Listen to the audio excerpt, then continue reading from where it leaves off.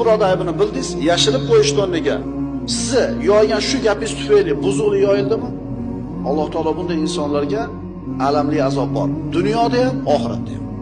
Gunohlar bor. Alloh taolo faqat oxiratga olib qo'yadi uni jazosini. Gunohlar bor, dunyoda berib qo'yadi. Yana gunohlar bor, dunyoda ham beriladi, oxiratda ham beriladi. Dunyoda ham, oxiratda ham beriladigan gunohlar: ota-onaga oq bo'lish, odamlarga zulm qilish, odamlarning haqqini yeyish, tuhmat bo'xton qilish. Endi ana shu dunyoni o'zida oladigan va oxiratda ham jazosi bor bo'lgan gunohlardan bittasi musulmonlarning orasida fahshni yoyilishligini xohlashlik. Musulmonlar orasida fahshni yoyilishiga hayotimizdan yoshlar nimani misol qilsak bo'ladi? Ijtimoiy tarmoqda prikollar, birovlar qoqilib ketgani, birovlar yiqilib tushgani, birovlar qandaydir bir xato yo'l qo'yib qo'ygani, birovlar aybini xullas.